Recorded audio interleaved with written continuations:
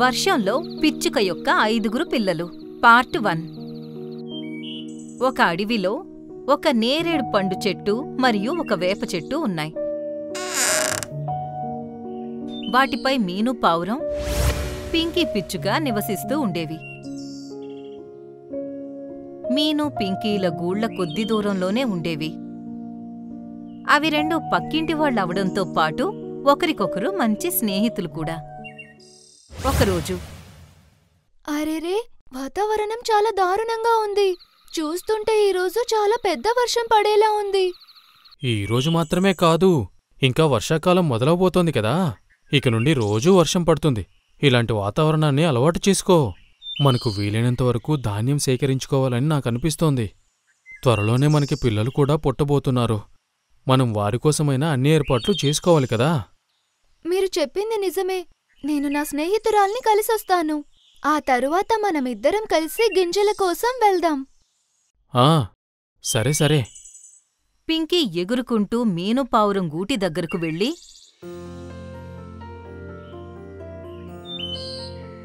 మీను ఇంటి తలుపు తట్టింది. తలుపు చప్పుడు విని మీను పావురం తలుపు తెరిచింది. అరే వా పింకీ, నువ్వా?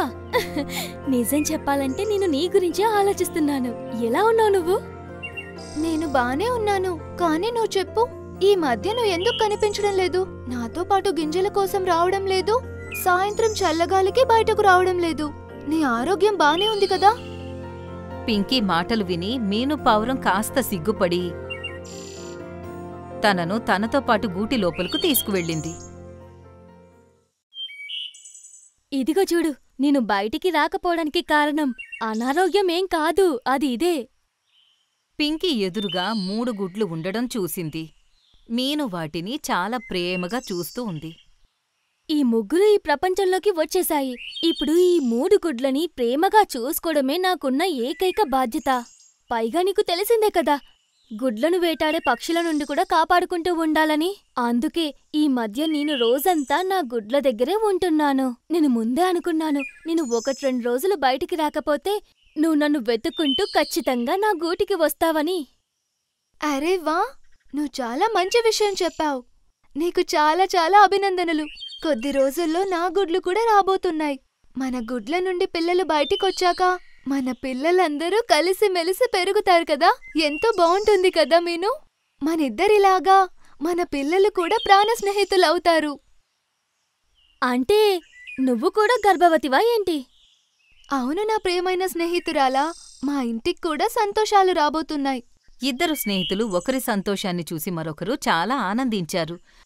మీను పావురం తన గుడ్ల సంరక్షణలో నిమగ్నమైంది. మరోవైపు పింకీ పిచ్చుక తన పిల్లల రాక కోసం గూటిలో అవసరమైన సామాగ్రిని సేకరించడంలో నిమగ్నమైంది.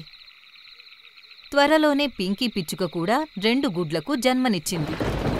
ఏమైంది మోనుగారు, మీరు సంతోషంగా కనిపించడం లేదు? ఏదైనా ఆందోళన కలిగించే విషయమా? పింకీ, త్వరలోనే మన పిల్లలిద్దరూ మన ముందు ఉంటారు. అందుకు నాకు చాలా సంతోషంగా ఉంది. కానీ నేను వాళ్ళ భవిష్యత్తు గురించి కూడా ఆలోచించాలి కదా. మీరెందుకంత కంగారు పడుతున్నారు?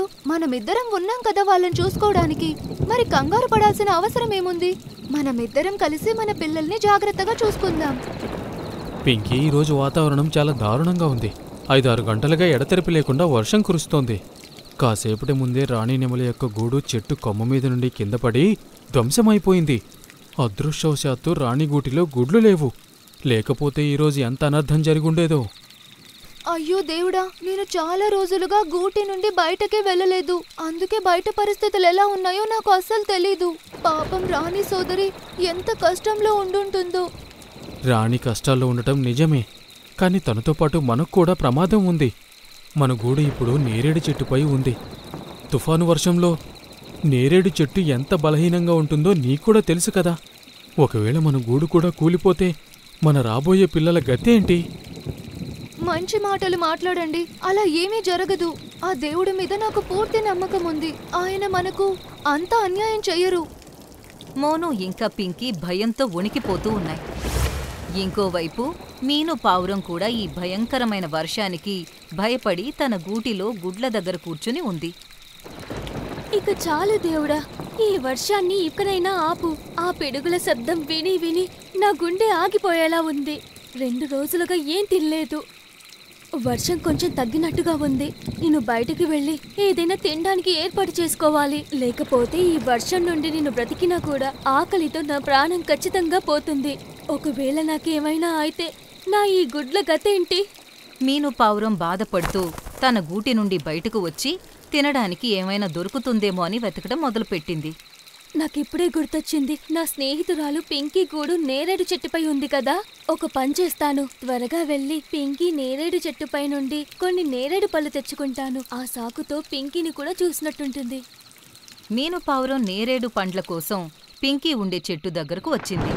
కాని మీను చెట్టు నుండి నేరేడు పళ్ళు కొయ్యడం ప్రారంభించగానే మళ్ళీ ఒకసారి బలమైన గాలులు వీచడం మొదలై ఒక పెద్ద చెట్టు కొమ్మ వచ్చి దానిపై పడింది. దాంతో మీను తీవ్రంగా గాయపడింది. కొమ్మ విరిగిన శబ్దం విని పింకీ తన భర్త మోను కూడా తమ గూటి నుండి బయటకు వచ్చి చూశాయి. అక్కడ మీను రక్తపు మడుగులో పడి ఉండడం చూసి పింకీ కళ్ల నుండి కన్నీళ్లు జలజల రాలాయి. నా ప్రియమైన స్నేహితురాలు మీను, నీకేమైంది? ఈ వర్షం ఇంకెన్ని పక్షులను నిరాశ్రయులను చేస్తుందో ఏంటో, ఎంతమందిని అనాథలను వికలాంగుల్ని చేస్తుందో. అయ్యో దేవుడా, ఇకనైనా ఈ వర్షం ఆగేలా చేయండి, లేదంటే ఏం జరుగుతుందో కూడా తెలీదు.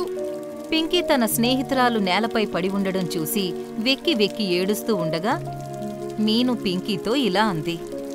పింకీ సోదరి, మనిద్దరి స్నేహం ఇంతవరకే రాసుందేమో. నేను ఈ లోకాన్ని విడిచి వెళ్లే సమయం వచ్చింది.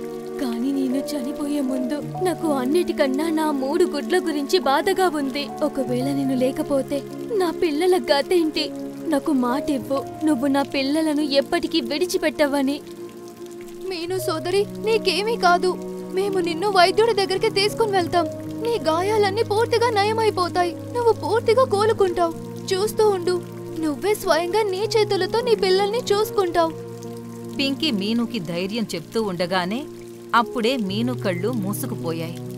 నా స్నేహితురాలు మీను, ఇలా జరగడానికి వీల్లేదు. ఒక్కసారిలే.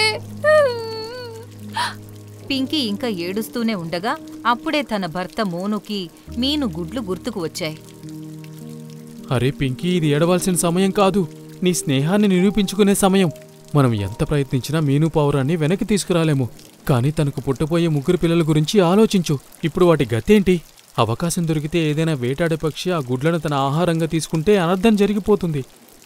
మీరు చెప్పేది నిజమే. మీను తన పిల్లల కోసం ఎంతో ఎదురు చూసింది. నేను మీనుని కలవడానికి వెళ్ళినప్పుడు తన గుడ్లను చూసి ఎంతగానో సంతోషించింది. మనం తన గుడ్లను కాపాడాలి. మీరు చూశారు కదా, చనిపోయే ముందు తను తన గుడ్లను కాపాడమని మాట కూడా తీసుకుంది కదా. కానీ మనం ఏం చేయగలం పింకీ? మనకు కూడా 2 గుడ్లున్నాయి కదా. మనం మీను గుడ్ల గురించి కంగారు పడితే మరప్పుడు మన గుడ్ల సంగతేంటి? బహుశా ఇది మనకు పరీక్షా సమయం పింకీ. నీకు 2 కాదు 5 గుడ్లు పుట్టాయని అర్థం చేసుకో. ఒకవేళ నువ్వు 2కు బదులుగా 5 గుడ్లకు జన్మనిస్తే వాటిని నువ్వు చూసుకోవా ఏంటి? నేను నిర్ణయించుకున్నాను, మనము మీను గుడ్లను కూడా మన గుడ్లలాగే జాగ్రత్తగా చూసుకుందాం. మోను చెప్పిన మాటలు విని పింకీ పిచ్చుక మీను గూటిలోకి వెళ్ళింది.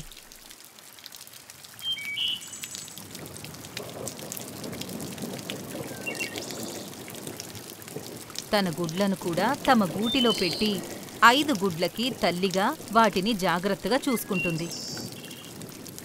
నెమ్మదిగా మరికొన్ని రోజులు గడిచాయి. ఒకరోజు వర్షం ఆగిన తరువాత అడవిలో ప్రకాశవంతమైన ఎండ వచ్చింది. ఈ రోజు అడవిలో చాలా ప్రకాశవంతమైన ఎండొచ్చింది. వర్షాకాలం ముగిసినట్టుంది. పింకీ, ఇంట్లో ఉన్న ధాన్యమంతా అయిపోయింది. నువ్వు గుడ్లను జాగ్రత్తగా చూసుకో. నేను తినడానికి ఏదైనా ఏర్పాటు చేస్తాను. సరే మోను గారు, నేను 5 పిల్లల్ని జాగ్రత్తగా చూసుకుంటాను. మీరు తినడానికి ఏర్పాటు చేసిరండి. మోను ఆహారం వెతుక్కుంటూ గూడు విడిచి చాలా దూరం వచ్చింది.